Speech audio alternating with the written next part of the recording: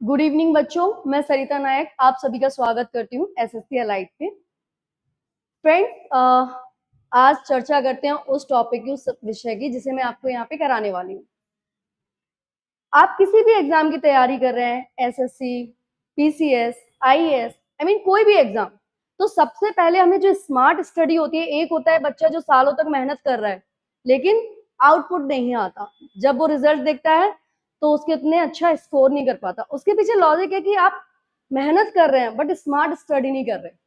तो आप किसी भी एग्जाम की जब तैयारी कर रहे हैं तो सबसे पहले आपको पता होना चाहिए, जिस किसी एग्जाम की तैयारी कर रहे हैं उसमें सबसे पहले आपको पता होना चाहिए उसका सिलेबस। ठीक है, उसके बाद आपको सबसे जरूरी चीज जो है वो कर लेनी चाहिए तैयारी करने से पहले है, वो है आपके प्रीवियस ईयर के क्वेश्चंस। क्योंकि आप किसी भी विषय को पढ़ेंगे तो उसे पढ़ने के अलग अलग तरीके होते हैं। देखिए, एक विषय होता है, ठीक है, जो स्कूल लेवल पे पढ़ाया जाता है, एक होता है कॉलेज लेवल पे, एक होता है जब आपके एग्जाम्स कंडक्ट होते हैं तब।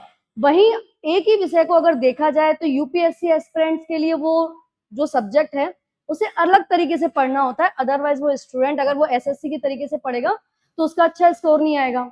वहीं जो एसएससी का स्टूडेंट है वो अगर पूरी पॉलिटी पढ़ने बैठ गया कि भाई पूरे कॉन्सेप्ट, पूरी थ्योरी, पूरी फिलॉसफी, सारे फिलोसफर्स पढ़ने हैं, तो वो सालों गवा मतलब निकल जाएंगी आपकी। तो वो गलती हमें नहीं करनी है।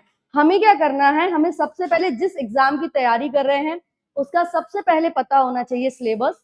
उसके बाद हमें पता होना चाहिए कि प्रीवियस ईयर में क्वेश्चंस किस तरीके से आए हैं और हमें कोई भी जो है सब्जेक्ट किस तरीके से देखना है। ठीक है, तो उसी में हम एक सतत प्रयास करेंगे। मैं सरिता नायक आपको कराऊंगी यहाँ पे राज व्यवस्था, उसके प्रीवियस ईयर के क्वेश्चन। सबसे पहले हम प्रीवियस ईयर के क्वेश्चंस करेंगे और उसके बाद पॉलिटी कवर करेंगे। वैसे मैं ऑलमोस्ट आपको क्वेश्चंस इस तरीके से अटेंड कराऊंगी कि आपको जरूरत नहीं पड़ेगी, अच्छा खासा एक्सप्लेनेशन क्वेश्चंस के साथ होगा। चलिए, आपकी स्क्रीन पे पहला क्वेश्चन है, देखते हैं। हमारे देश का संविधान किस नाम से या किन नामों से उल्लेख किया गया है? आज का टॉपिक आपका है प्रियम्बल, प्रस्तावना, उद्देशिका और आमुख। एक ही चीज को कहा जाता है, कई बार आपको क्वेश्चंस में देखने मिलेगा आमुख, प्रियम्बल देखने मिल सकता है, प्रस्तावना देखने मिल सकता है, उद्देशिका देखने मिल सकता है। तो ये चारों चीजें ही एक है। तो आपको बताना है यहाँ पे कि हमारे देश का जो संविधान है उसमें हमारे देश भारत को किन नामों से जाना जाता है। तो पहला ऑप्शन देखते हैं। Good evening, good evening. चलिए क्वेश्चंस अटेंड करते हैं मेरे साथ। हाँ, पहली शर्त बस ये रहेगी, अगर आप मेरे साथ क्वेश्चंस अटेंड कर रहे हैं तो मैं आगे कंटिन्यू कराऊंगी। अगर आप लोग सोच रहे हैं कि बस आराम से बैठने, सही आंसर, गलत आंसर जो भी है आपको आंसर्स देने हैं, उसके बाद एक्सप्लेनेशन में आपको बता दूंगी। चलिए, तो पहले क्वेश्चन का आंसर आप देंगे, हमारे देश का संविधान में जो नाम है वो किस नाम से है? तो ऑप्शन नंबर ए आपके सामने है, भारत और इंडिया। बी केवल भारत, सी हिंदुस्तान और इंडिया, और फोर्थ है भारत, हिंदुस्तान और इंडिया। इसका सही आंसर बच्चों क्या होगा वो आपको बताना है। तो देखिए, हम सभी जानते हैं कि हमारे देश का नाम जो भारत है उसके पीछे अगर हम अपनी हिस्ट्री उठा के देखेंगे तो हमें पता चलेगा, जैसे आपको पता है वो शकुंतला के पुत्र थे, भरत थे, उनके नाम पे हमारे देश का भारत पड़ा। और वहीं जब ब्रिटिशर्स हमारे यहाँ पे आए थे, हमने एक लंबे समय तक हम उनके उपनिवेश बनकर रहे थे, तो उन लोगों ने हमारा नाम, हमारे देश का नाम इंडिया रखा। तो हमारे संविधान में भी, very good, option number A ही है, आपने सही आंसर दिया है। तो भारत और इंडिया दोनों ही नाम से हमारे संविधान में हमारे देश को जाना जाता है। तो ऑप्शन नंबर ए ही आपका होगा सही आंसर, राइट। चलिए, अब इसका एक्सप्लेनेशन देख लेते हैं। भारत और इंडिया, अनुच्छेद 1 भारतीय संविधान के अनुच्छेद 1 में हमारे देश को भारत और इंडिया दोनों नामों से जाना जाता है। भारत का महत्व देखिए, भारत क्यों है, जैसा कि मैंने आपको बताया, भारत का उल्लेख प्राचीन ग्रंथों में जैसे वेदों में, महाभारत में मिलता है। वहीं इंडिया का महत्व, इंडिया अभी भी जो औपनिवेशिक युग में जब हमने ब्रिटिश जो यहाँ पे आए थे तो उस टाइम पे रखा गया, और अंतरराष्ट्रीय संदर्भों में आज भी भारत को इंडिया बोला जाता है। चलिए, नेक्स्ट क्वेश्चन है, भारतीय संविधान की प्रस्तावना के संदर्भ में निम्नलिखित अनुक्रम सही है? भारतीय प्रस्तावना जो है, प्रियम्बल जो है, उसमें सीक्वेंस क्या रहेगा आपको बताना है। उसका सीक्वेंस क्या रहेगा? जय हिंद। महेश जी, क्वेश्चंस के आंसर दीजिए। क्या होगा इसका सीक्वेंस आपको बताना है। प्रियम्बल में ये सारे जो वर्ड्स हैं इनका सीक्वेंस क्या होता है। गणतंत्र, जनता का, लोकतांत्रिक, धर्मनिरपेक्ष, समाजवादी, सार्वभौमिक, संप्रभु। ऑप्शन नंबर बी, संप्रभु, समाजवादी, लोकतांत्रिक, जनता, धर्मनिरपेक्ष, गणतंत्र, या फिर संप्रभु, समाजवादी, जनता का, लोकतांत्रिक, धर्मनिरपेक्ष, समाजवादी, गणतंत्र, या फिर आएगा संप्रभु, समाजवादी, धर्मनिरपेक्ष, लोकतांत्रिक, गणतंत्र। तो इन ऑप्शंस में से कौन सा ऑप्शन सही होगा। आपने जब अपनी प्रियम्बल पढ़ा होगा, हम भारत के लोग भारत को संपूर्ण प्रभुत्व संपन्न, समाजवादी, पंथ निरपेक्ष, कई जगह धर्मनिरपेक्ष भी हमें देखने मिलता है। हम भारत के लोग भारत को संपूर्ण प्रभुत्व संपन्न, समाजवादी, पंथ निरपेक्ष, लोकतांत्रिक, गणराज। तो ये सीक्वेंस आपका सही होगा। संप्रभु, समाजवादी, धर्मनिरपेक्ष, लोकतांत्रिक, गणराज। ठीक है, इसका सही आंसर होगा option number D, exactly. Wow, ठीक है। चलिए दोस्तों, नेक्स्ट क्वेश्चन देखते हैं और इसका एक्सप्लेनेशन भी देख लेंगे। संप्रभु, समाजवादी, धर्मनिरपेक्ष, लोकतांत्रिक, गणराज।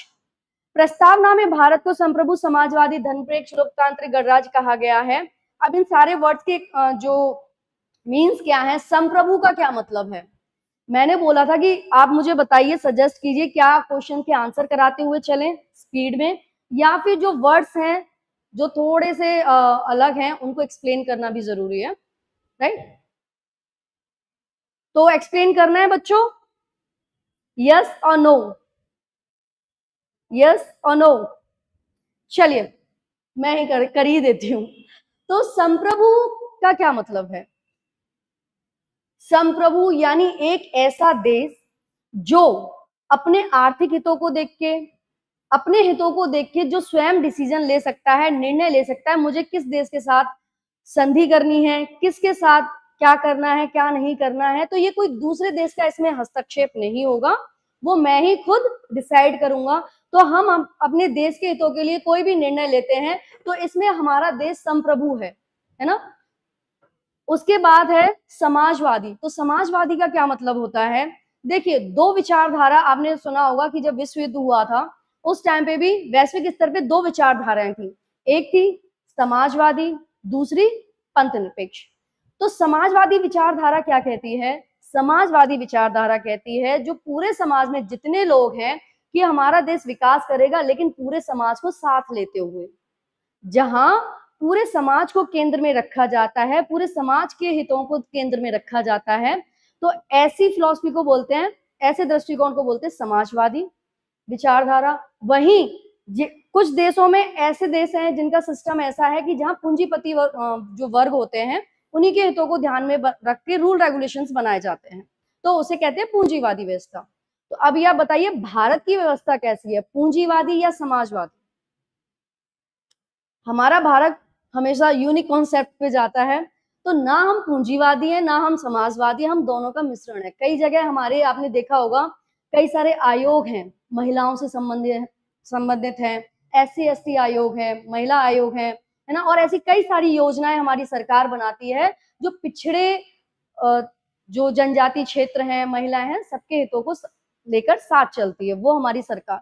तो ये हो गया, हम समाज को लेकर चल रहे हैं। वहीं ऐसी योजनाएं भी हम बनाते हैं, ऐसे रूल रेगुलेशंस भी बनाते हैं जहां पे पूंजीपति वर्ग लोगों के हितों को भी ध्यान में रखा जाता है। तो हम समाजवादी और पूंजीवादी दोनों को साथ लेकर चलते हैं, ठीक है। वही है धर्मनिरपेक्ष।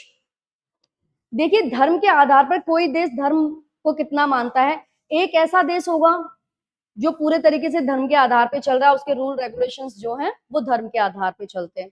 वहीं एक ऐसा देश जो धर्म को मानता ही नहीं है। वहीं एक ऐसा देश जिसमें हमारी जो सरकार है वो न्यूट्रल रहती है कि भाई आपका मौलिक अधिकार है, आप अपने धर्म को जिस तरीके से मानना चाहते हैं आप मान सकते हैं, लेकिन देश का कोई धर्म नहीं होगा, राज्य का कोई धर्म नहीं होगा। ऐसा नहीं होगा कि राज्य कोई किसी धर्म को बढ़ावा देने के लिए, है ना, आगे आएगा, ऐसा नहीं होगा। बाकी आपका मौलिक अधिकार है, अनुच्छेद 25 से 28 में आप अपने मौलिक अधिकारों का प्रयोग कर सकते हैं, लेकिन देश का, राज्य का कोई धर्म नहीं है। क्या है? राज्य का कोई धर्म नहीं है, तो हमारे देश का कोई धर्म नहीं है, इसलिए हमारे देश को कहा जाता है धर्म निरपेक्ष। अब लोकतांत्रिक देखते हैं। आपने देखा होगा कि जब इतिहास पढ़ोगे तो आपने देखा होगा कि कोई विशेष करके ए राजा है, वो पूरे साम्राज्य को चलाता है। वहीं आज मुख्य रूप से सभी देशों में लोकतंत्र को प्राथमिकता दी गई है, लोकतंत्र को प्रायोरिटी दी गई है, डेमोक्रेसी को। डेमोक्रेसी जो है, शब्द डेमोस और क्रेशी, दो शब्द क्रेशिया से बना है, डेमोस और क्रेशिया से। उसमें क्या है? लोग और शासन, लोग और शासन। जहां देश में लोग शासन करते हैं तो ऐसी व्यवस्था को कहते हैं लोकतंत्र, है ना। हम सरकार का चयन करते हैं और हम वोट करते हैं, तो सरकार हमारे लिए निर्णय लेती है। तो जो पावर आती है सिस्टम को चलाने के लिए, सरकार को चलाने के लिए, तो वो शक्ति का स्रोत कौन है? हम भारत के लोग। ठीक है। वहीं गणतंत्र, लोकतंत्र और गणतंत्र में थोड़ा सा कंफ्यूजन रहते हैं बच्चे।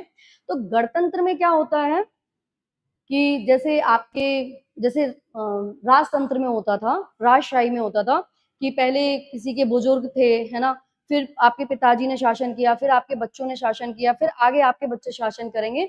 तो जो शासन होता है वो एक विशेष परिवार ही करता आता है। जैसे एक लंबे समय से आपने देखा होगा कि इतिहास में उठा के देखेंगे तो कांग्रेस पार्टी का शासन लगातार चला आ रहा था, तो वंशानुगत था। लेकिन अभी क्या है कि सिर्फ ऐसा नहीं है कि एक ही पार्टी है जो शासन कर रही है, टाइम टाइम पे दूसरी पार्टी भी आती रहती है। और हमारे राज्य का प्रमुख जो है निर्वाचित होता है ना। जो हमारे राष्ट्रपति हैं उनके लिए प्रॉपर मतदान पद्धति जो होती है उसको अपनाया जाता है। ऐसे नहीं होता कि वंश के आधार पे चले आ रहे हैं। ठीक है, तो यही एक्सप्लेनेशन है इसका। चलिए नेक्स्ट क्वेश्चन देखते हैं। निम्नलिखित उदाहरण में एक्स का अर्थ क्या है? बताइए एक्स का अर्थ क्या है? हमारी संविधान सभा में यह एक्स दिन इस संविधान को अंगीकृत, अधिनियमित और आत्मार्पित करते हैं। तो वो कौन सी डेट है? प्रियम्बल में जब प्रियम्बल को आत्मार्पित, अधिनियमित और अंगीकृत किया गया था, तो वो डेट कौन सी है बच्चों? वो डेट कौन सी है? नंबर ए, ऑप्शन ए 26 जनवरी 1950, ऑप्शन बी 26 नवंबर 1950, ऑप्शन सी 26 जनवरी 1950, या फिर उपरोक्त में से कोई भी नहीं। इनमें से कौन सा रहेगा? 26 जनवरी 1950, 26 नवंबर 1949, 26 जनवरी 1949, या फिर उपरोक्त में से कोई नहीं। तो इसका ऑप्शन नंबर सही होगा 26 नवंबर 1949 जो है, उस दिन हमारी जो प्रियम्बल थी उसे आत्मसात, आत्मार्पित, अंगीकृत और अधिनियमित किया गया था। ठीक है, चलिए 26 जनवरी 1950 को जब संविधान लागू हुआ, उस समय भारतीय गणराज्य की संवैधानिक स्थिति क्या थी? 26 जनवरी 1950 को जब संविधान लागू हुआ था, इसी को हम गणतंत्र दिवस के रूप में मनाते हैं, तो भारतीय गणराज्य की संवैधानिक स्थिति क्या थी? ये एक लोकतांत्रिक गणराज्य था, संप्रभु लोकतांत्रिक गणराज्य, या फिर एक संप्रभु धर्मनिरपेक्ष लोकतांत्रिक गणराज्य, एक संप्रभु समाजवादी धर्मनिरपेक्ष लोकतांत्रिक गणराज्य। देखिए इस डेट को हमें नोटिस करना है। यहाँ पे आप जल्दी जल्दी में क्या करेंगे कि इसको लगा देंगे कि मैम ने बताया था, वैसे भी सीक्वेंस भी था, और इस तरीके से आप करेंगे एक संप्रभु समाजवादी धर्मनिरपेक्ष लोकतांत्रिक गणराज्य कर देंगे। वो बिल्कुल गलत होगा, क्योंकि क्वेश्चन क्या पूछ रहा है? क्वेश्चन पूछ रहा है कि 26 जनवरी 1950 कब के लिए बोल रहा है? 26 जनवरी 1950। तो आपको पता होगा कि जो हमारी प्रियम्बल है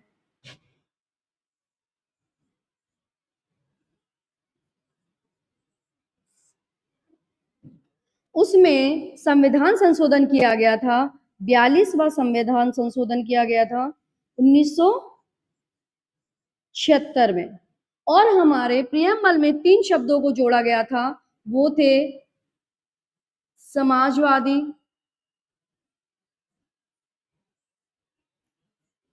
पंथ निरपेक्ष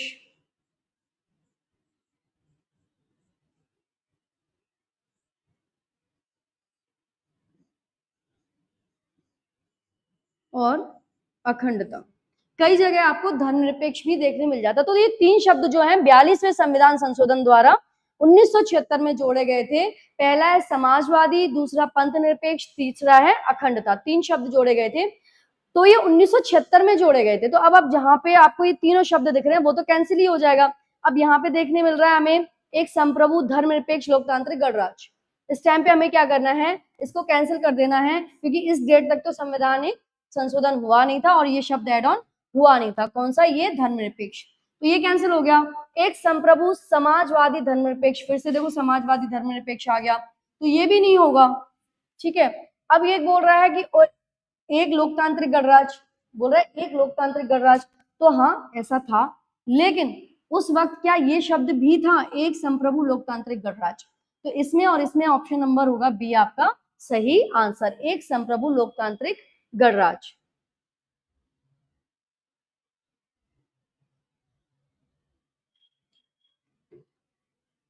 26 जनवरी 1950 को संविधान लागू हुआ और भारत को एक संप्रभु लोकतांत्रिक गणराज्य घोषित किया गया। उस समय प्रस्तावना में समाजवादी धर्मनिरपेक्ष शब्द शामिल नहीं थे, क्योंकि 42वें संविधान संशोधन द्वारा 1976 में इन तीन शब्दों को जोड़ा गया था। ठीक है, संप्रभु का अर्थ है भारत किसी भी बाहरी शक्ति के अधीन काम नहीं करेगा, उसे जो भी अपने देश के हित में डिसीजन लेना होगा वो स्वतः ले सकता है। भारत को धर्मनिरपेक्ष राज्य के रूप में किसके द्वारा वर्णित किया गया है, धर्मनिरपेक्ष राज्य के रूप में किसके द्वारा वर्णित किया गया है? तो ऑप्शन नंबर ए मौलिक अधिकार, ऑप्शन नंबर बी संविधान की प्रस्तावना, ऑप्शन नंबर सी 9वीं अनुसूची या नीति निर्देशक तत्व। तो अभी आपको बताया था मैंने कि धर्मनिरपेक्ष जो शब्द है 42वें संविधान संशोधन द्वारा हमारी प्रस्तावना में क्या किया गया था, एड ऑन किया गया था। तो यही होगा ऑप्शन नंबर बी संविधान की प्रस्तावना। क्या होगा, संविधान की प्रस्तावना। चलिए, भारतीय संविधान की प्रस्तावना भारत को धर्मनिरपेक्ष घोषित करती है। धर्मनिरपेक्षता का अर्थ है कि राज्य का कोई आधिकारिक धर्म नहीं होगा, सभी धर्मों को समान रूप से सम्मान दिया जाएगा। धर्मनिरपेक्ष शब्द जो है वो 42वें संविधान संशोधन द्वारा 1976 में जोड़ा गया था।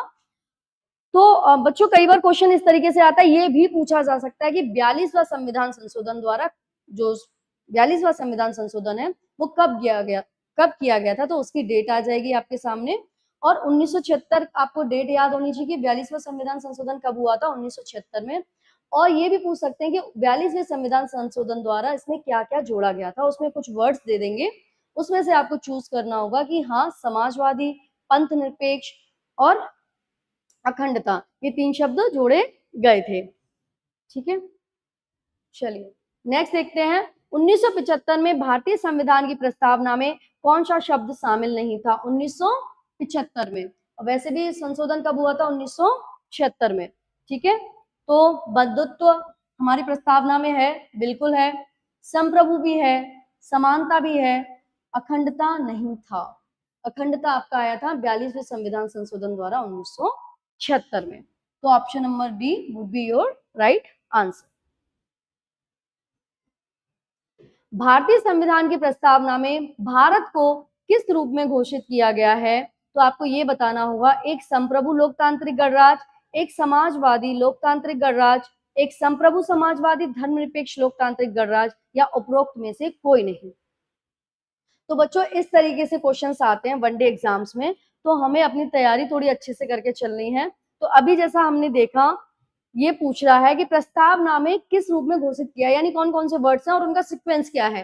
तो ऑप्शन नंबर सी ही है आपका सही सीक्वेंस, एक संप्रभु समाजवादी धर्मनिरपेक्ष लोकतांत्रिक गणराज्य। ठीक है, इसका सही आंसर क्या होगा? Option number C. चलिए, एक संप्रभु समाजवादी धर्मनिरपेक्ष लोकतांत्रिक गणराज्य, प्रस्तावना में भारत को संप्रभु समाजवादी धर्मनिरपेक्ष लोकतांत्रिक गणराज्य के रूप में परिभाषित किया गया है। समाजवादी धर्मनिरपेक्ष शब्द 42वें संविधान संशोधन द्वारा जोड़ा गया था, और ये एक्सप्लेनेशन मैं आपको करा चुकी हूँ। चलिए, आप जितनी बार क्वेश्चंस अटेंड करेंगे तो आपको ये फील होने लगेगा कि हाँ सारी चीजें हमें तो याद हो गई हैं। आप इस वीडियो को फिर से 2 बार देखेंगे तो आपको सारे क्वेश्चंस जो है याद हो चुके होंगे। चलिए नेक्स्ट क्वेश्चन आपकी स्क्रीन पे है, समाजवादी शब्द भारतीय संविधान की प्रस्तावना में किस संशोधन द्वारा जोड़ा गया था? भाई 42वां संविधान संशोधन द्वारा, ऑप्शन नंबर बी। प्रस्तावना में समाजवादी और धर्मनिरपेक्ष शब्द किस संशोधन द्वारा जोड़े गए हैं? तो इस तरीके से क्वेश्चंस आते हैं। एक ही चीज को आप देख रहे हो, ये सारे क्वेश्चंस जो हैं एसएससी में आ रखे हैं, वनडे एग्जाम्स में आ रखे हैं, ये सारे क्वेश्चंस वो हैं। तो आपको समझ में आ रहा होगा कि 42वें संविधान संशोधन, जिसको कितने सारे वर्ड्स जो हैं, कितने सारे क्वेश्चंस एक ही चीज पे बनाए जा रहे हैं कि 42वां संविधान संशोधन के द्वारा क्या जोड़ा गया था, 42वां संविधान संशोधन कब हुआ था। तो ये सारी चीजें आपको बार बार देखने को मिल रही हैं, तो हमें अच्छे से पता होना चाहिए। चलिए, प्रस्तावना में समाजवादी और धर्मनिरपेक्ष शब्द किस संशोधन द्वारा जोड़े गए थे? तो ऑप्शन नंबर बी होगा आपका सही आंसर, 42वें संविधान संशोधन द्वारा 1976 में।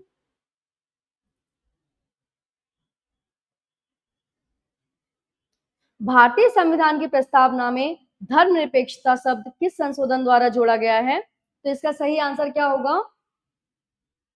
इसका सही आंसर क्या होगा? 25वें संविधान संशोधन द्वारा, 42वें संविधान संशोधन द्वारा, या 44वें और 52वें संविधान संशोधन द्वारा? इनमें से कौन सा रहेगा? बताइए इसका आंसर।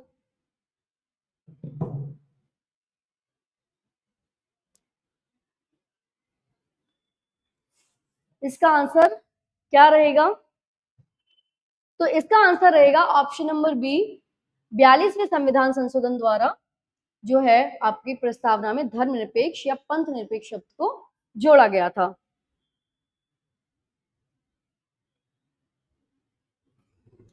भारत एक गणराज्य है, इसका अर्थ क्या होगा? अभी वनडे एग्जाम्स में भी ना थोड़ा सा लेवल बढ़ा के क्वेश्चंस पूछने लगे हैं कि उसका ये पूछ रहे हैं कि जो गणराज्य शब्द जो है उसका अर्थ क्या है। अब इनमें से आपको चूज करना है, यह लोग जो सभी मामलों में अंतिम प्राधिकारी हैं, क्या ये होगा गणराज्य का मतलब? या फिर होगा भारत में संसदीय प्रणाली की सरकार नहीं है? ऐसा है, संसदीय प्रणाली की सरकार नहीं है। आपने देखा होगा संसद की बहस, संसद तो टीवी चैनल ही हमारे यहाँ पे है ना, संसद नाम से तो टीवी चैनल है, तो जाहिर सी बात है ऐसा तो नहीं है। तो संसदीय सरकार भी है, संसद भी है हमारे यहाँ पे, तो ये तो गलती हो गया। भारत में कोई वंशानुगत शासक नहीं होगा। अभी मैंने आपको बताया था कि वंशानुगत शासक नहीं होगा। गणराज्य का मतलब होता है कि जैसे राजतंत्र में होता था ना कि हमारे पूर्वज शासन करते आ रहे हैं, फिर उसके बाद उन्हीं के परिवार से जो है उनके जो वंशज होंगे वही आगे शासन करेंगे, तो ये राजतंत्र में होता है। ठीक है, तो वैसा हमारे यहाँ नहीं होता। हमारे राष्ट्र के प्रमुख को, राज्य के प्रमुख को क्या करते हैं, हम उसका चुनाव करते हैं। तो इसका अर्थ होगा भारत में कोई वंशानुगत शासक नहीं है। ठीक है, गणराज्य का अर्थ यही होता है और यही होगा आपका ऑप्शन नंबर सी सही आंसर। चलिए, भारत में जनसत्ता इसलिए है क्योंकि संविधान की प्रस्तावना इन शब्दों से शुरू होती है। भारत में जनसत्ता इसलिए है क्योंकि संविधान की प्रस्तावना इन शब्दों से शुरू होती है। ठीक है, तो हमारी जो प्रस्तावना है कहाँ से स्टार्ट होती है, कैसे स्टार्ट होती है?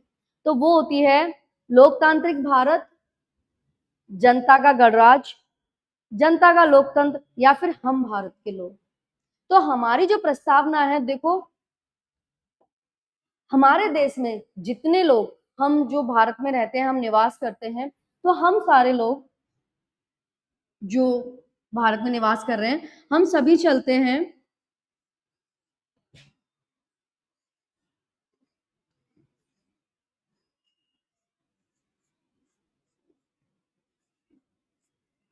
रूल रेगुलेशन से। और ये रूल रेगुलेशंस कौन बनाएगा, कैसे बनाएगा, उसका प्रोसेस क्या होगा, उसको कैसे लागू किया जाएगा, ये सारी चीजें कहाँ पे लिखी हुई हैं? ये सारी लिखी हुई हैं हमारे संविधान में। कहाँ लिखी हैं ये सारी चीजें? हमारे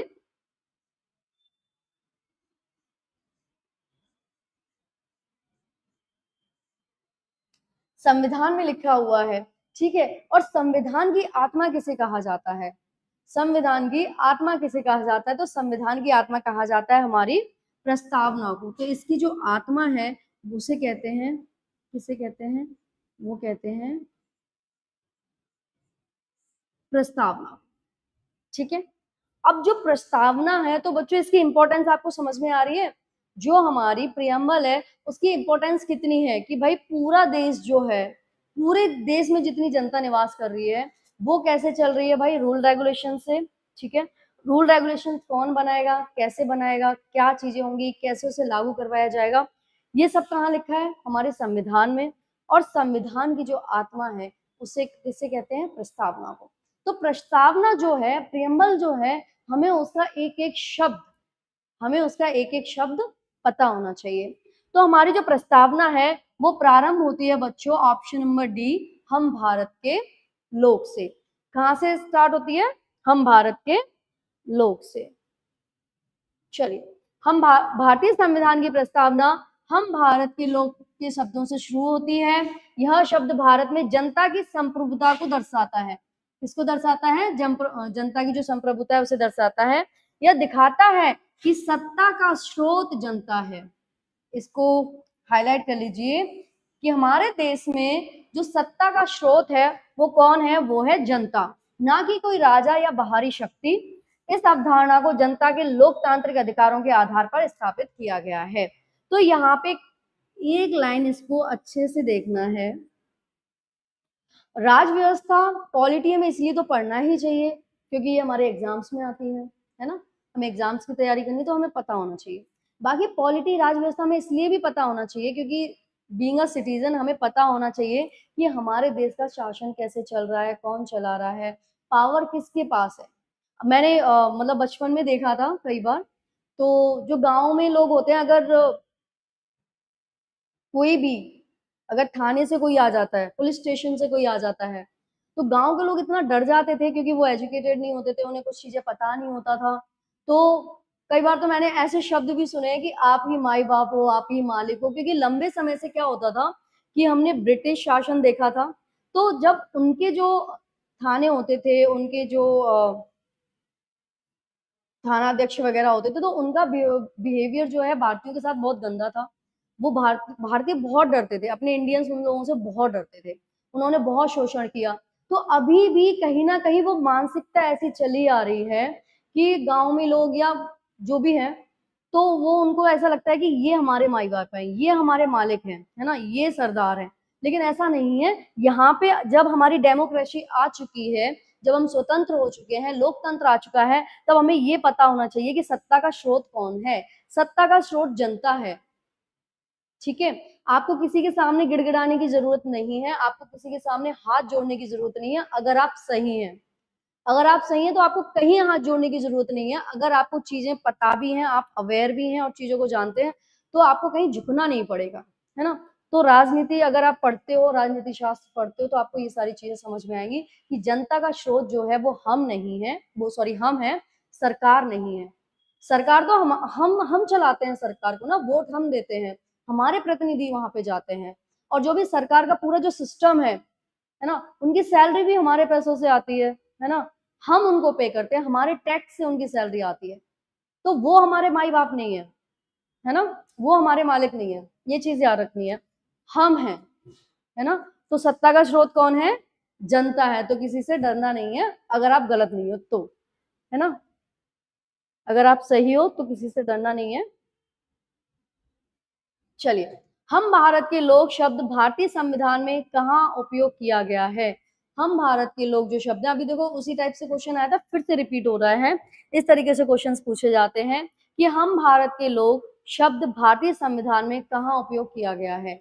तो पहला है राज्य के नीति निर्देशक तत्व, मौलिक अधिकार, नागरिकता और संविधान की प्रस्तावना।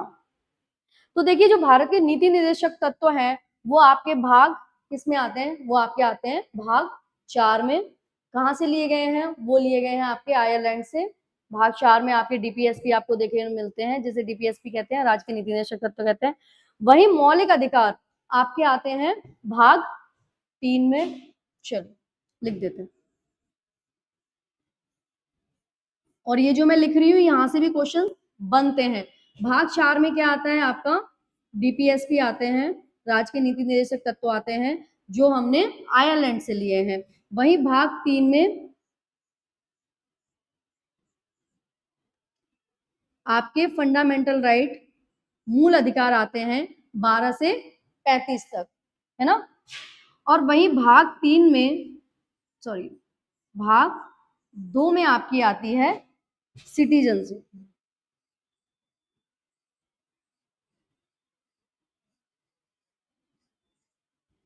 अब कई बार ये होता है कि ये आपको दे दिया जाएगा क्वेश्चंस में और पूछ लिया जाएगा कि डीपीएस के किस भाग में आते हैं, मूल अधिकार आपके किस भाग में आते हैं, या सिटीजनशिप का प्रावधान किस भाग में किया गया है। और कई बार यहाँ से आर्टिकल्स भी पूछ लेते हैं।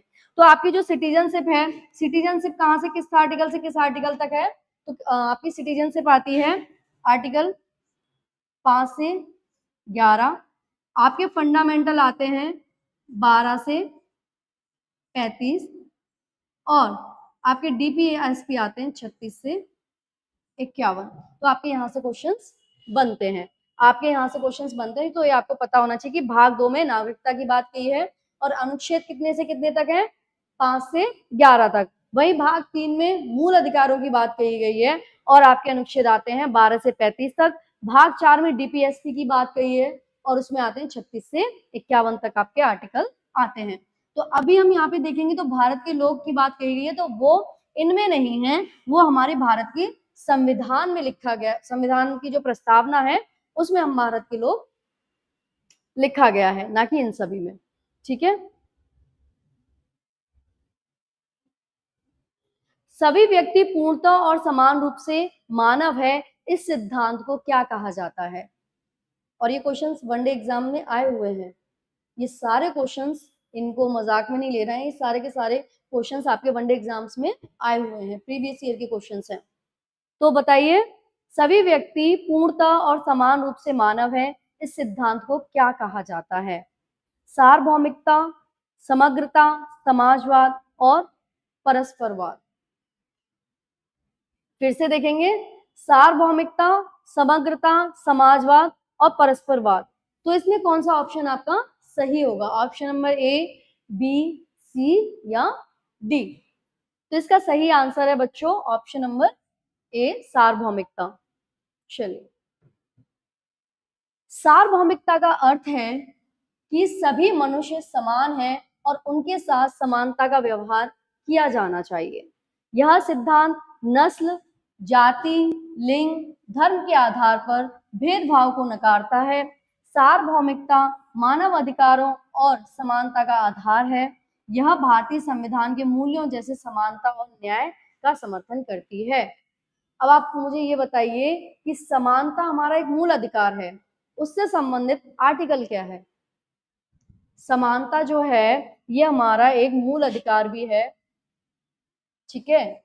मुझे बताइए कि हमारे राज्य व्यवस्था में समानता जो मूल अधिकार है वो कितने आर्टिकल से कितने आर्टिकल तक है, ऐसा क्वेश्चन भी बनता है, ठीक है। भारत में धर्मनिरपेक्ष शब्द का सही अभिव्यक्ति कौन सा है। धर्मनिरपेक्ष, अभी मैंने एक्सप्लेन किया था कि ऐसा देश जिसका राज्य का कोई धर्म नहीं होता, राज्य का कोई धर्म नहीं है, ठीक है, बाकी सारे धर्म उनके लिए समान है, सभी को आपका देखिए, आपको 25 से 28 अनुच्छेद में आपको धर्म को किस तरीके से मानना है, उपासना करनी है, उस सबका आपका मौलिक अधिकार है। तो वो राष्ट्र उसका समर्थन करेगा, लेकिन राज्य का कोई धर्म नहीं है, ठीक है, धर्मनिरपेक्ष है। देखिए अब इसमें आंसर देखते हैं, भारत में कई धर्म है, क्या इसका मतलब ये होगा धर्मनिरपेक्ष की जो अभिव्यक्ति सही कौन सी है कि भारत में कई धर्म है, बिल्कुल सही तो है, बट इसकी अभिव्यक्ति नहीं करता। भारतीयों को धार्मिक स्वतंत्रता है, लेकिन धर्मनिरपेक्षता का अभिव्यक्ति नहीं है। धर्म का अनुसरण व्यक्ति की इच्छा पर निर्भर करता है, या फिर भारत में राज्य का कोई धर्म नहीं है। इसका सही आंसर क्या होगा कि भारत में राज्य का कोई धर्म नहीं है, तो ऑप्शन नंबर डी ही होगा आपका सही आंसर। भारत में राज्य का कोई धर्म नहीं है, धर्मनिरपेक्षता का अर्थ है कि राज्य का कोई आधिकारिक धर्म नहीं है, संविधान सभी नागरिकों को धार्मिक स्वतंत्रता की गारंटी देता है, वहीं राज्य सभी धर्मों के साथ समान व्यवहार करता है और किसी भी धर्म को बढ़ावा नहीं देता। जैसे आपने देखा है ना, कई अभी कावड़ का टाइम ही चल रहा है ना, तो सभी धर्मों को जो है समान व्यवहार के, आप अपनी उपासना कैसे करेंगे, क्या नहीं करेंगे, तो वो सबको समान व्यवहार करते हैं, धार्मिक स्वतंत्रता आपको दी गई है। लेकिन ऐसा नहीं है कि राज्य किसी धर्म विशेष को बढ़ावा देगा। ठीक है, भारतीय धर्म निरपेक्षता में राज्य और धर्म के बीच एक स्वस्थ दूरी बनाए रखी जाती है। ठीक है, राज्य और धर्म के बीच में एक दूरी बनाए हुए हैं। ठीक है,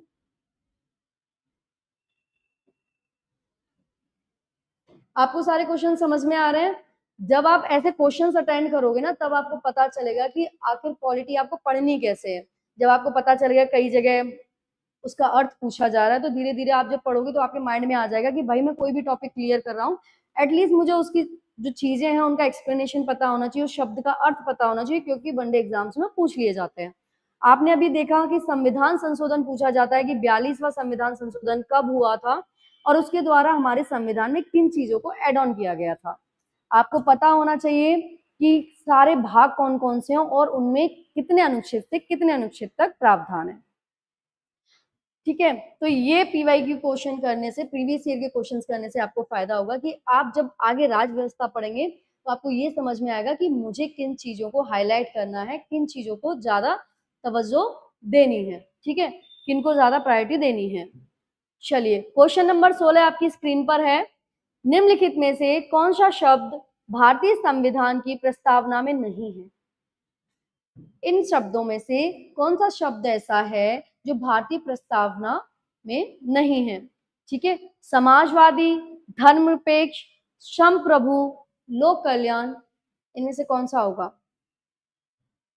समाजवादी तो हमारा 42वें संविधान संशोधन के द्वारा जोड़ा ही गया था, धर्मनिरपेक्ष भी जोड़ा गया था, संप्रभु तो सबसे पहले ही है, हम भारत के लोग, भारत को संपूर्ण प्रभुत्व संपन्न। ठीक है, तो संप्रभु भी था, लेकिन नहीं है तो लोक कल्याण।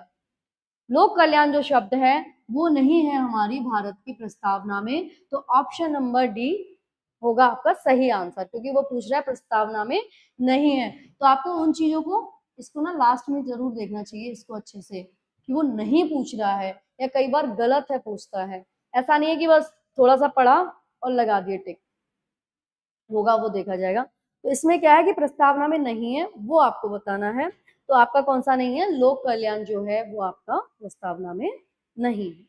ठीक है,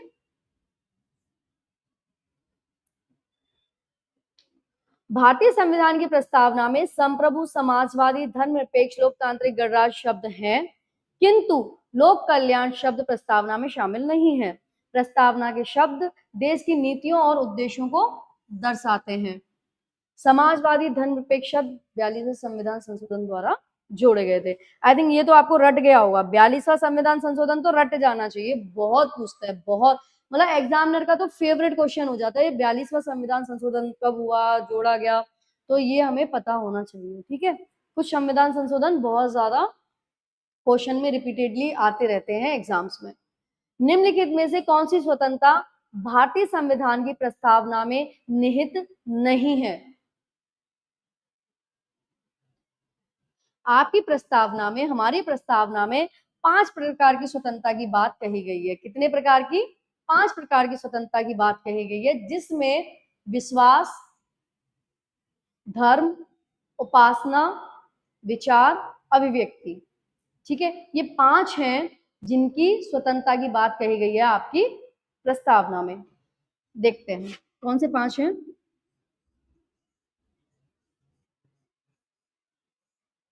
विचार,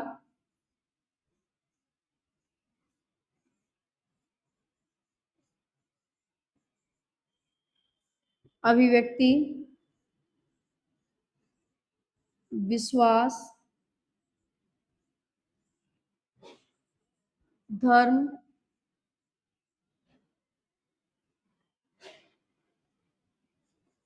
और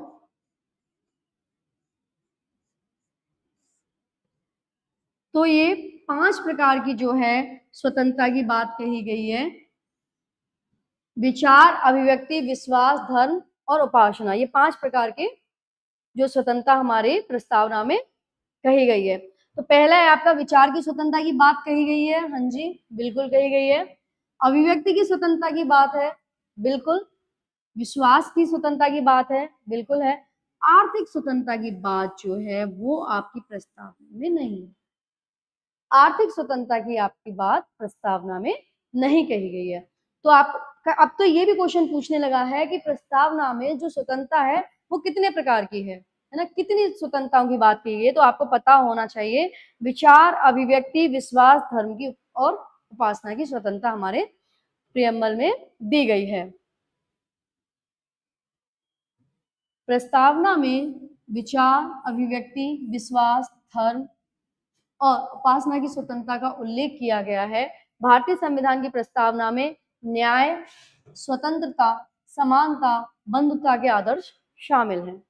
आर्थिक स्वतंत्रता का उल्लेख प्रस्तावना में नहीं है, किंतु आर्थिक स्वतंत्रता की बात कही गई है आपके मौलिक अधिकारों में और राज्य के नीति निर्देशक तत्वों में। तो नीति निर्देशक तत्व कौन से भाग में, आपको कमेंट सेक्शन में बताना है। डीपीएसपी आपको कमेंट सेक्शन में बताना है कि किस भाग में है और कितने अनुच्छेद से कितने अनुच्छेद तक है, ठीक है।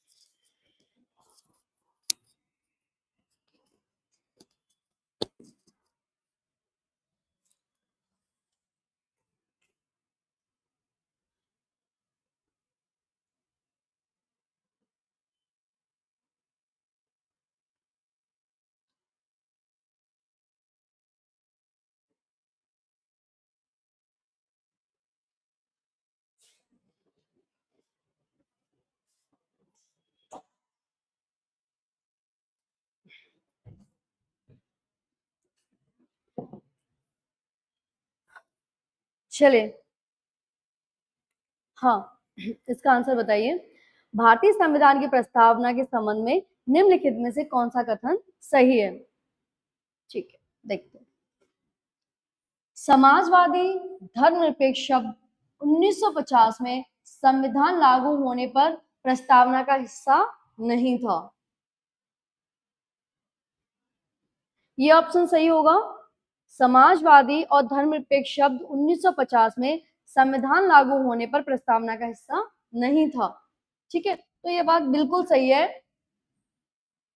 कि 1950 जब था तब समाजवादी और धर्मनिरपेक्ष प्रस्तावना के भाग नहीं थे, क्योंकि उनको जोड़ा गया था 42वें संविधान संशोधन द्वारा 1976 में। तो ये स्टेटमेंट एकदम सही है। फिर बोलते हैं ये शब्द 1977 में संशोधन द्वारा जोड़े गए थे, तो बिल्कुल नहीं, इसको जोड़ा गया था 1976 में। ये शब्द 1985 में संशोधन द्वारा जोड़े गए थे, तो ये भी नहीं, स्टेटमेंट आपका गलत होगा। ये दोनों शब्द प्रस्तावना का हिस्सा ही नहीं है। ये नेक्स्ट ऑप्शन ये है कि दोनों शब्द जो है वो प्रस्तावना का हिस्सा ही नहीं है। तो क्या ये सच है? नहीं, क्योंकि ये दोनों हिस्सा है। तो सही होगा आपका ऑप्शन नंबर ए। समाजवादी और धर्मनिरपेक्ष शब्द संविधान लागू होने के समय प्रस्तावना में नहीं थे। समाजवादी और धर्मनिरपेक्ष शब्द 42वें संविधान संशोधन द्वारा 1976 द्वारा जोड़े गए। 26 जनवरी 1950 को संविधान लागू होने के समय प्रस्तावना में ये शब्द नहीं थे, ठीक है। 26 जनवरी 1950। आपको कमेंट सेक्शन में ये बताना है कि 26, आपको जैसे अभी एक डेट थी कि प्रस्तावना में था कि हम अपने संविधान को है आत्मार्पित करते हैं, वो डेट क्या थी आपको ये बताना है। लेकिन अगर संविधान उसी टाइम पे बन गया था तो 26 जनवरी 1950 को लागू क्यों किया गया, मतलब 26 जनवरी 1950 को ही लागू क्यों किया गया, वो तो पहले भी बन ही गया था ना। तो 26 जनवरी 1950 इस डेट का क्या इंपॉर्टेंस है ये आपको मुझे बताना है कि इसी डेट को क्यों चूज किया गया, इसी दिन को संविधान लागू क्यों किया गया। ठीक है, ये आपको बताना है। इन शब्दों का उद्देश्य भारत को धर्मनिरपेक्ष समाजवादी राष्ट्र के रूप में स्थापित करना था। ठीक है,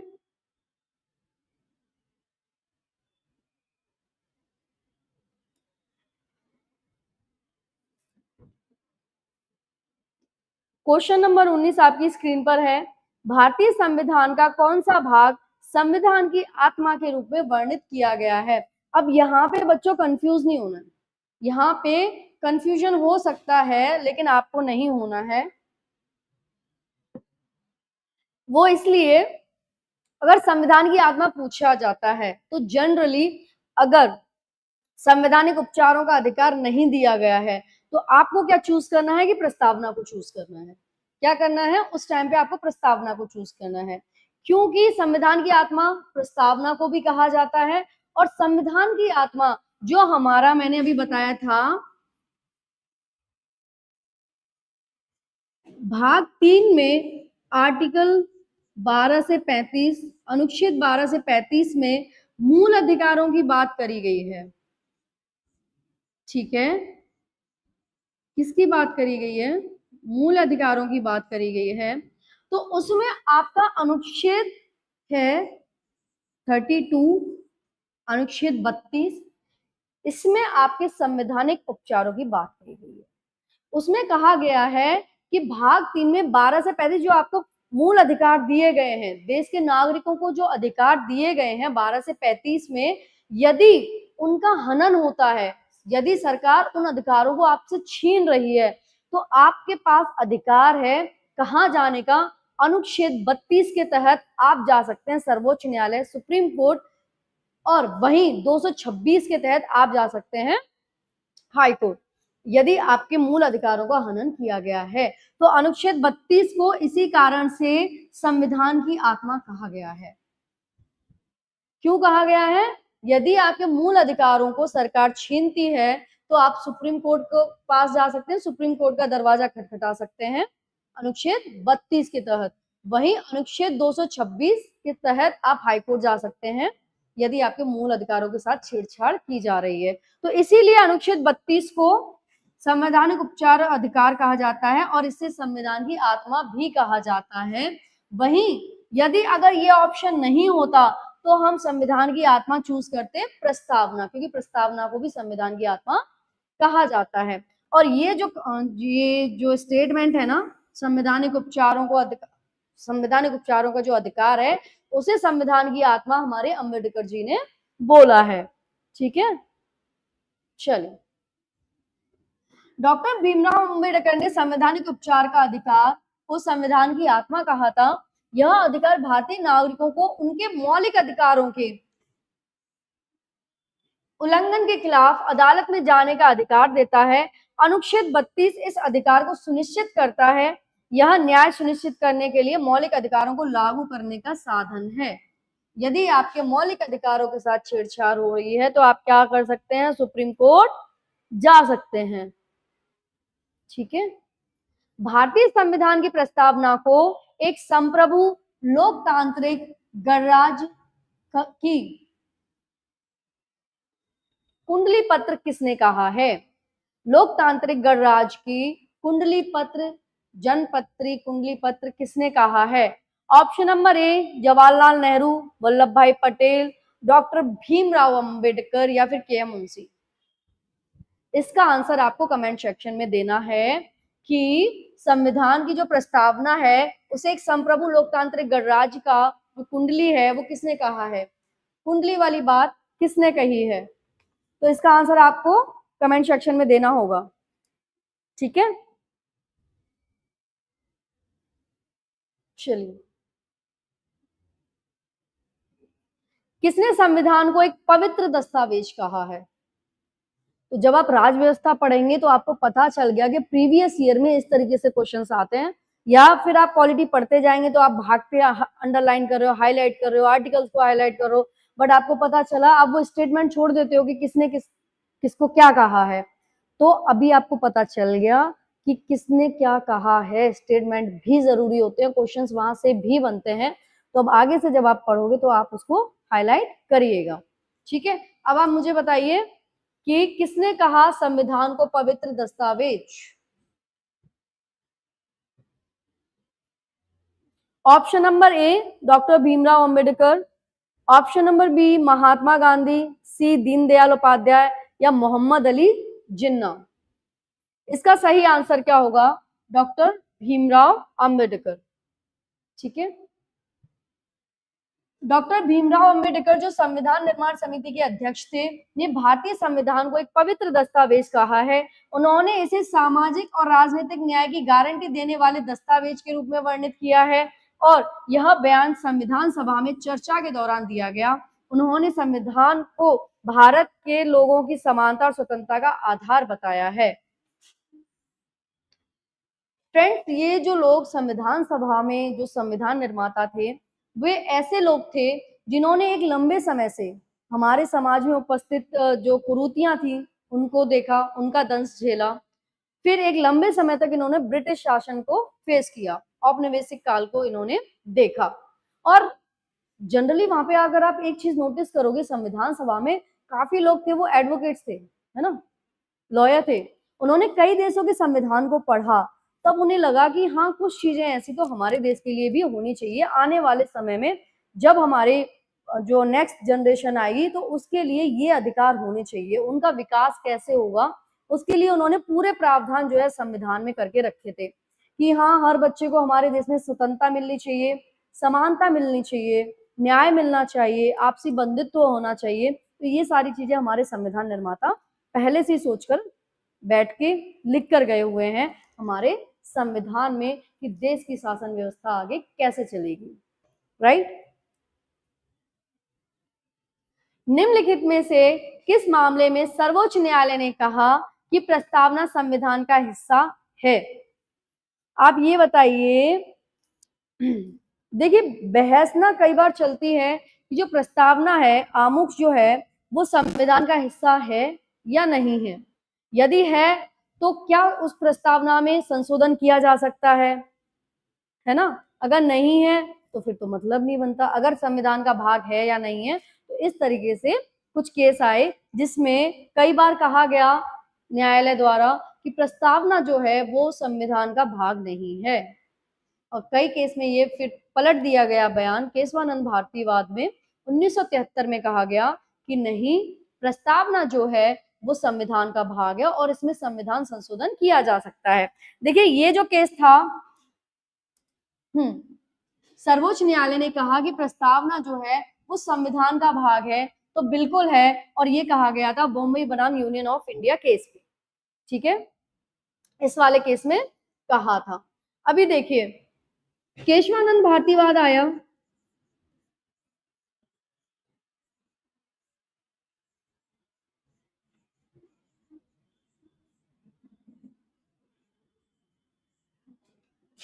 उन्नीस सौ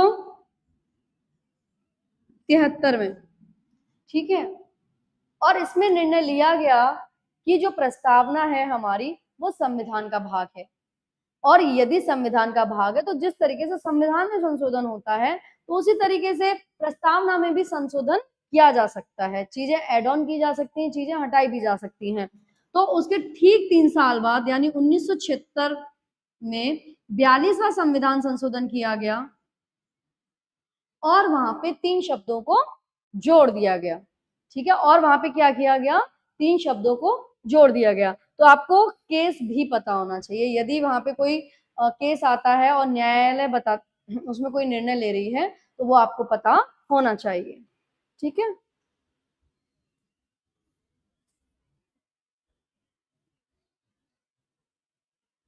हाँ, बॉम्बे बनाम यूनियन ऑफ इंडिया केस था जिसमें सर्वोच्च न्यायालय ने कहा कि प्रस्तावना संविधान का हिस्सा है। यह मामला संघवाद और धर्मनिरपेक्षता पर केंद्रित था। निम्नलिखित में से किस मामले में सर्वोच्च न्यायालय ने प्रस्तावना को संविधान की बुनियादी संरचना का हिस्सा माना? निम्नलिखित में से किस मामले में सर्वोच्च न्यायालय ने प्रस्तावना को संविधान की बुनियादी संरचना का हिस्सा माना? ठीक है,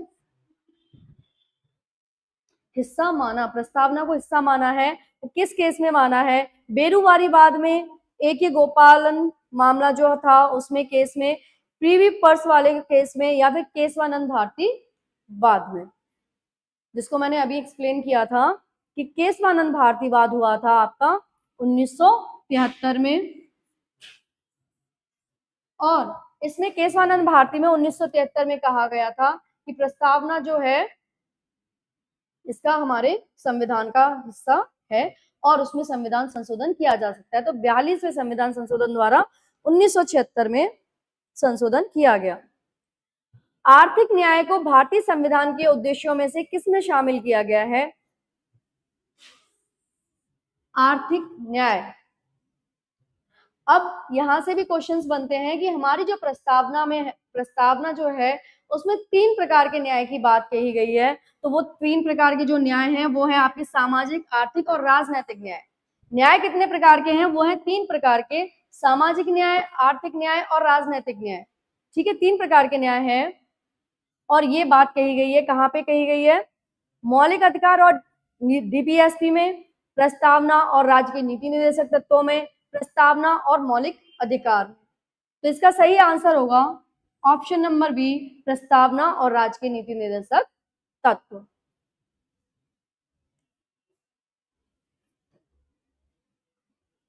भारतीय संविधान की प्रस्तावना में उल्लिखित आदर्शों और उद्देश्यों को आगे विस्तार में कहाँ समझाया गया है? देखिए, हमारी जो प्रस्तावना है उसमें न्याय की बात कही गई है, 5 प्रकार की स्वतंत्रता की बात कही गई है, समानता की बात कही है और बंधुत्व की बात कही है। तो वो सारी चीजें, जैसे कहा था ना कि संविधान की आत्मा है, तो संविधान में जो प्रस्तावना में चीजें लिखी गई हैं वो देखने को मिलती हैं, और वो हमें कहाँ देखने मिलती हैं? मौलिक अधिकारों में, राज्य के नीति निर्देशक तत्वों में, मौलिक अधिकार, राज्य के नीति निर्देशक तत्व और मौलिक कर्तव्यों में। तो तीनों में ही हमें प्रस्तावना में जो उद्देश्य दिए गए हैं वो देखने के लिए मिलते हैं। तो ऑप्शन नंबर सी सही होगा आपका आंसर, ऑप्शन नंबर सी। भारतीय संविधान के निर्माताओं की सोच निम्नलिखित में से किस में परिलक्षित होती है? मैंने बताया था जो संविधान सभा में हमारे संविधान निर्माता थे उनकी जो सोच थी वो प्रस्तावना में हमें दिखाई देने मिलती है, हमें दिखती है प्रस्तावना में। ऑप्शन नंबर ए होगा आपका सही आंसर। भारतीय संविधान का उद्देश्य निम्नलिखित में से किस में परिलक्षित होता है? फिर से वही प्रस्तावना में, संविधान का उद्देश्य जो है वो प्रस्तावना में देखने के लिए मिलता है।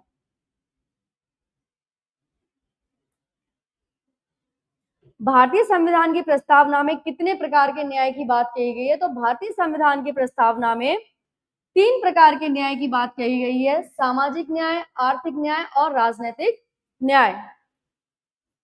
इस तरीके से भी बच्चों क्वेश्चंस बनते हैं। ठीक है, समाज में समानता का एक निहितार्थ किसकी अनुपस्थिति है? अगर हम बोलें कि सभी एक समान है, यदि किसी के विशेषाधिकार को हटा दिया जाए, है ना, जैसे आपने देखा ना रोड पे हम जा रहे हैं, सारे लोग जा रहे हैं, है ना, तो आपने देखा होगा कि कई बार कोई मंत्री लोग आ रहे हैं तो क्या होता है कि ट्रैफिक को रोक लिया जाता है, तो उसे क्या कहेंगे?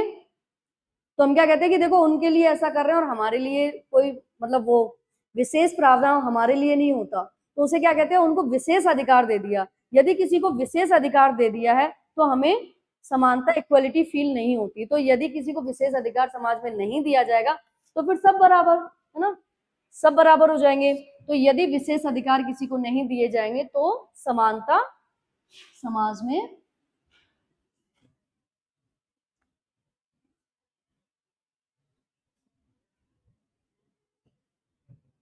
निम्नलिखित में से कौन सा कथन है जो सही है?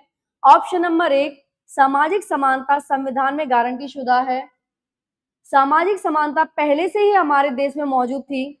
सामाजिक समानता हमारे संविधान में गारंटी शुदा है या नहीं? उपरोक्त में से कोई नहीं। तो इसका सही आंसर क्या होना चाहिए? इसका सही आंसर होना चाहिए ऑप्शन नंबर सी, सामाजिक समानता हमारे संविधान में गारंटी शुदा है ना। सोशल इक्वेलिटी जो है वो गारंटेड है हमारे कॉन्स्टिट्यूशन।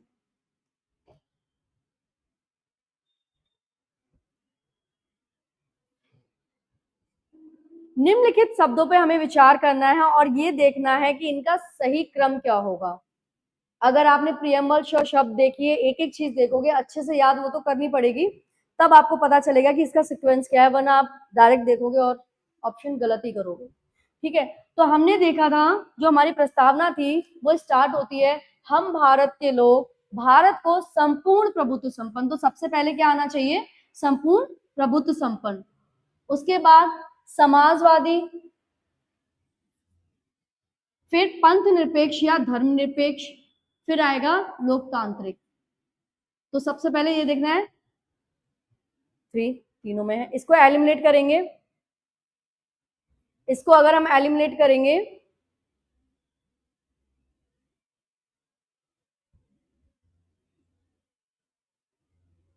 क्या आंसर आना चाहिए इसका,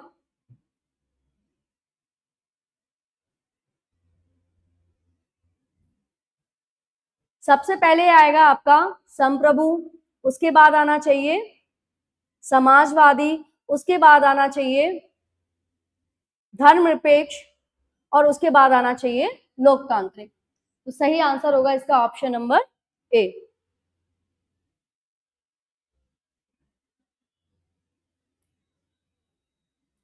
प्रस्तावना के संबंध में निम्नलिखित कथनों पर हमें विचार करना है और उसमें से सही जो ऑप्शन है वो चूज करना है।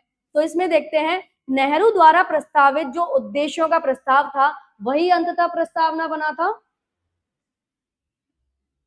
बिल्कुल सही होगा। नेक्स्ट स्टेटमेंट है आपका, यह गैर न्यायिक है।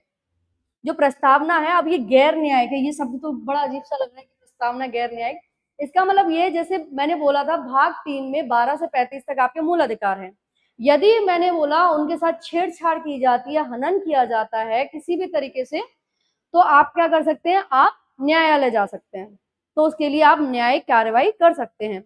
लेकिन प्रस्तावना में यदि कोई शब्द लिखा हुआ है, आप उसके आधार पर न्यायालय नहीं जा सकते। ठीक है, तो आप ये नहीं बोल सकते सरकार को कि आपने बोला था समानता दोगे, क्योंकि प्रस्तावना में लिखा है, तो आप नहीं जा सकते न्यायालय। वहीं अगर आप कहोगे कि मूल अधिकारों में 14 से 18 तक समानता की बात कही गई, तो आप जा सकते हैं न्यायालय। ठीक है, तो ये जो है वो गैर न्यायिक है, तो ये स्टेटमेंट भी सही है। इसे संशोधित नहीं किया जा सकता, तो ये स्टेटमेंट सही है, बिल्कुल नहीं, क्योंकि 42वें संविधान संशोधन द्वारा 1976 में से संशोधन किया गया है, तो इसे संशोधित नहीं किया जा सकता, तो ये स्टेटमेंट हो जाएगा आपका गलत। नेक्स्ट है, प्रस्तावना संविधान के विशेष प्रावधानों को अधिकृत नहीं करती है, तो ऐसा नहीं है। तो जिसमें आपको इसमें ये आपका जो होगा ऑप्शन नंबर बी होगा आपका सही आंसर। संविधान का लक्ष्य अपने सभी नागरिकों के लिए निम्नलिखित को सुनिश्चित करना है, सामाजिक और आर्थिक न्याय, विचार और अभिव्यक्ति की स्वतंत्रता, अवसर की समता, व्यक्ति की गरिमा, तो ऑल ऑफ दीज होगा, उपरोक्त सभी होगा। तो प्रियम्बल को आज हमने देखा, उसके सारे प्रीवियस ईयर के क्वेश्चंस देखे, किस तरीके से वनडे एग्जाम्स में हमारे क्वेश्चंस आते हैं। अब आप जब प्रियम्बल पढ़ने बैठेंगे तो आपका दृष्टिकोण वैसा बन चुका होगा एक एग्जामिनर की तरह, कि वो किस तरीके से सोचते हैं, किस तरीके से क्वेश्चंस वो बनाएंगे, तो आप सही तरीके से क्वेश्चंस, मतलब आई मीन राज व्यवस्था को कैसे पढ़ना है ना, तो ये आपको एक आइडिया लगा। चलिए फिर मिलते हैं नेक्स्ट क्लास में। जय हिंद, जय भारत दोस्तों।